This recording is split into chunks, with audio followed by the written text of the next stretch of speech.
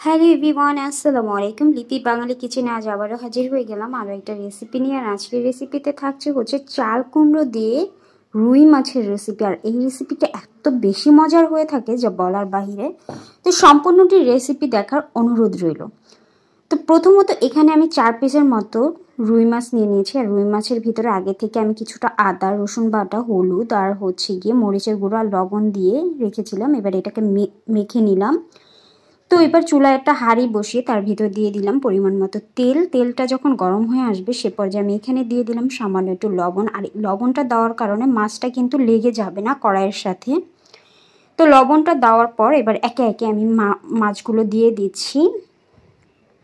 আর এই মাছগুলোকে আমি জাস্ট হালকা একটু লাল কালার করে ভেজে নেব। এটা বেশি কড়কড়া ভাজা করার কোনো প্রয়োজন নেই, যেহেতু আমরা একটা তরকারি দিয়ে রান্না করব। তো মাছগুলো কিন্তু আমি উল্টে পাল্টে ভেজে নিচ্ছি, দেখতেই পাচ্ছেন। তো মাছগুলো যখন এক সাইড থেকে হয়ে যাবে, এবার মাছগুলো উল্টে আমি আরেক সাইড ভেজে নিয়েছি। তো এবার মাছগুলোকে আমি তুলে নেব। তো এই তো সবগুলো মাছ আমি তুলে নিচ্ছি, দেখতেই পাচ্ছেন। তো মাছগুলো তুলে নেওয়ার পর এটা এক সাইডে রেখে আমি একই তেলের ভিতরে দিয়ে দেব বড় সাইজের একটা পেঁয়াজ কুচি। পেঁয়াজটাকে আমি একটু নরম করে ভেজে নেব। পেঁয়াজটা যখন এরকম কালার হয়ে যাবে তখন আমি এখানে সামান্য একটু পানি দিয়ে দিলাম। আর পানিটা দেওয়ার পর আমি এখানে দিয়ে দিচ্ছি প্রায় 1 চা চামচের মতো আদা আর রসুন বাটা। আর আদা আর রসুনটা কিন্তু আমার একসাথে বেটে নেওয়া। তো আদা রসুনটা কষানোর পর আমি এখানে দিয়ে দিলাম মরিচের গুঁড়ো 1/2 চা চামচ, হলুদ গুঁড়ো 1/2 চা চামচ, সেই সাথে দিয়ে দিচ্ছি ধনিয়ার গুঁড়ো প্রায় 1/2 চা চামচ, মাছের মশলা দিয়ে দিলাম 1/2 চা চামচের মতো, লবণ স্বাদ মতো দিয়ে খুব ভালোভাবে মশলাটাকে আমি কষিয়ে নিচ্ছি। মশলাটা যখন কষানো হয়ে যাবে আগে থেকে কেটে ধুয়ে নেওয়া চাল কুমড়োগুলো দিয়ে দিলাম। আর চাল কুমড়োগুলো কিন্তু আমি পাতলা করে কেটে নিয়েছি।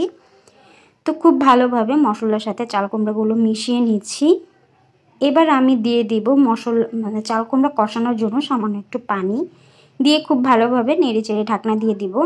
আর অবশ্যই কিছুক্ষণ পর পর ঢাকনাটা তুলে আমাদের চাল কুমড়োগুলোকে নেড়েচেড়ে দিতে হবে, না হলে নিচ থেকে পোড়া লেগে যাবে। তো আমার চাল কুমড়া কিন্তু সেদ্ধ হয়ে গেছে। এবার আমি আবারও একটা ঢাকনা দিয়ে ঢেকে দেব পানিটা কমে আসা পর্যন্ত। তো যখন এরকম একটা মাখো মাখো অবস্থা হয়ে যাবে আর চাল কুমড়াগুলো কিন্তু ভালোভাবে কষানো হয়ে গেছে, এই পর্যায়ে আমি এখানে দিয়ে দিচ্ছি ঝোলের জন্য পানি। আর পানিটা অবশ্যই আপনারা বুঝে দিবেন, যে যতটুকু ঝোল রাখবেন সেটা বুঝেই পানিটা দিয়ে নেবেন।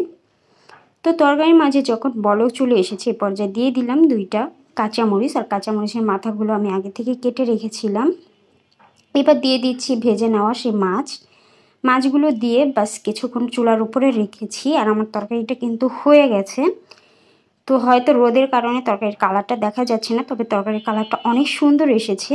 তো ধনিয়া পাতা দিয়েই নামিয়ে পরিবেশন করে দেখাচ্ছি।